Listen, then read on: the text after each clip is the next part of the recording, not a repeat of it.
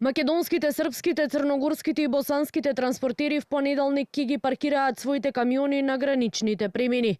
Преку протест, кој според најавите првично ќе трае 7 дена, транспортерите велат ќе го искажат својот револт поради неизнаоѓање решение од Европската унија за новиот електронски систем за влез и излез во земјите од Шенген зоната, со кој се ограничува престојот на камионџиите. Од Македонската асоциација Макам Транс оценуваа дека во најкусможен рок треба да се најде решение на проблемот, бидејќи најавениот 7-дневен протест според нив нема да биде толку голем проблем колку што ќе биде по 10 април, кога голем број на возачи велат нема да може да возат поради надминување на дозволениот број денови на престој, со што штета ќе претрпи целата економија.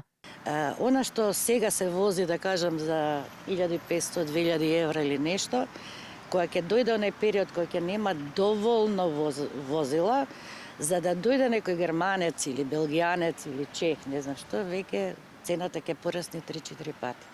Што значи ќе имаме проблеми со инфлација.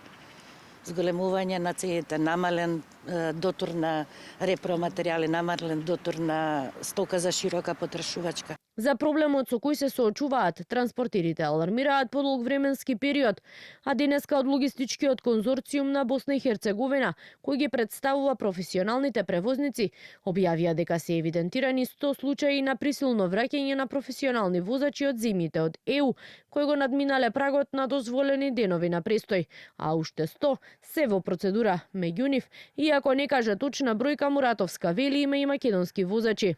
Ако утврдат дека имаат надминато 90 дена, возилото го паркираат на некој паркинг плац, рачунајте дека тоа возило носи стока, која што некогаш има и огромна вредност, како можат да донесат регулатива во која што се иземаат од бројање на денови посадите на бродски превоз, авиопревоз и железнички превоз.